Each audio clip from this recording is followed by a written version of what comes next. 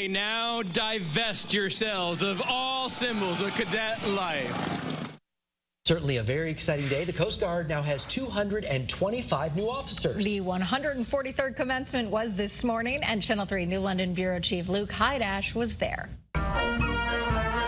Plenty of pomp and circumstance and picture-perfect weather for this group of 225 to spend their final hours as Coast Guard cadets. Perhaps you are the most tested and resilient of the 142 classes that came before you. Department of Homeland Security Secretary Alejandro Mayorkas addressed the cadets, focusing on the class motto, Stronger Together, and reminding them of the many duties that lie ahead.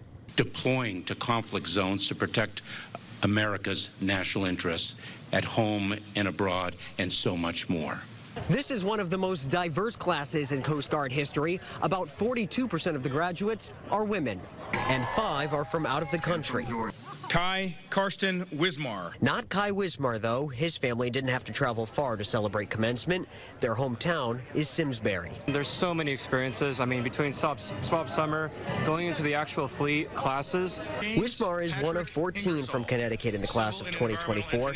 He's headed to Newport, Rhode Island aboard the cutter Oak to be a buoy tender and assistant navigator. I think they do a little bit of migrant patrols, but mainly they're servicing the buoys around there. So I'm going to learn all about that. I don't know how to do that yet, but that's going to be my job. How proud are you today?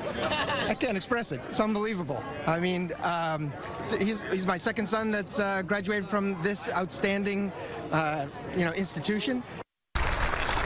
This class started their Coast Guard careers during COVID, which meant classes and training looked a little different. We had to wear the masks, and then I think the big part of that was that it made it very hard to identify people. And so, like, in a military training environment, you're always trying to identify your cadre.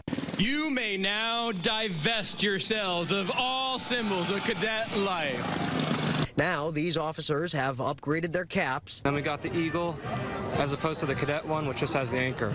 And will take a 30-day break before starting their first assignments. In New London, Luke Hydash, Channel 3 Eyewitness News.